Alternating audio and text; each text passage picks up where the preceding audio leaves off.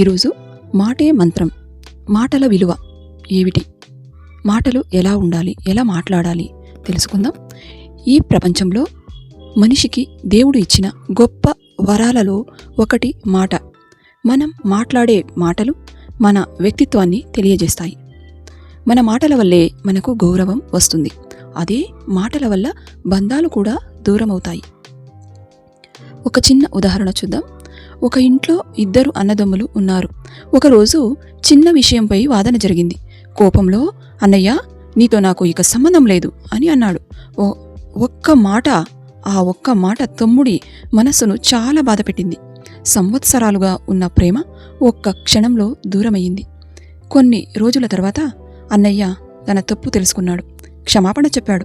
తమ్ముడు క్షమించాడు. కానీ కోపంలో చెప్పిన ఆ మాట మాత్రం అతని మనసులో చాలా కాలం గుర్తుండిపోయింది.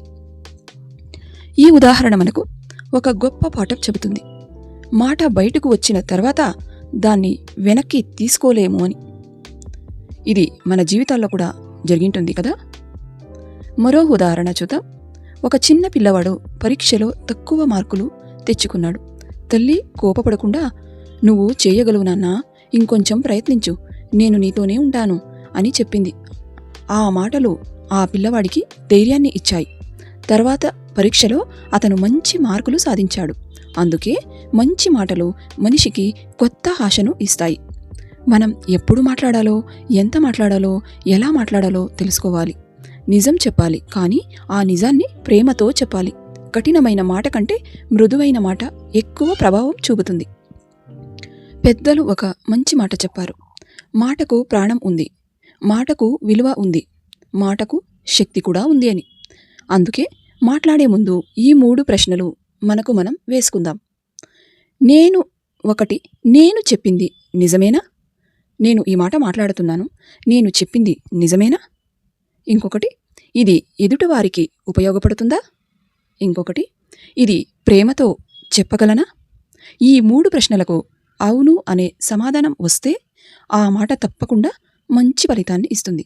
గుర్తుంచుకోండి, మాటలు మనిషిని పైకి తీసుకెళ్లగలవు, మాటలే కిందకు కూడా తీసుకురాగలవు. ప్రేమగా మాట్లాడితే శత్రువులు కూడా స్నేహితులు అవుతారు. కోపంగా మాట్లాడితే స్నేహితులు కూడా దూరం అవుతారు. చివరిగా ఒక అందమైన సందేశం ఇస్తాను. మంచి మాటకు ఖర్చు ఉండదు, దాని విలువ అమూల్యం. ఈరోజు మీ మాటతో ఒకరి ముఖంలో చిరునవ్వు తీసుకురండి. అదే నిజమైన మానవత్వం. ఈ మంచి మాటలు మీకు నచ్చినట్లయితే లైక్ చేయండి, షేర్ చేయండి, సబ్స్క్రైబ్ చేయండి. ధన్యవాదాలు.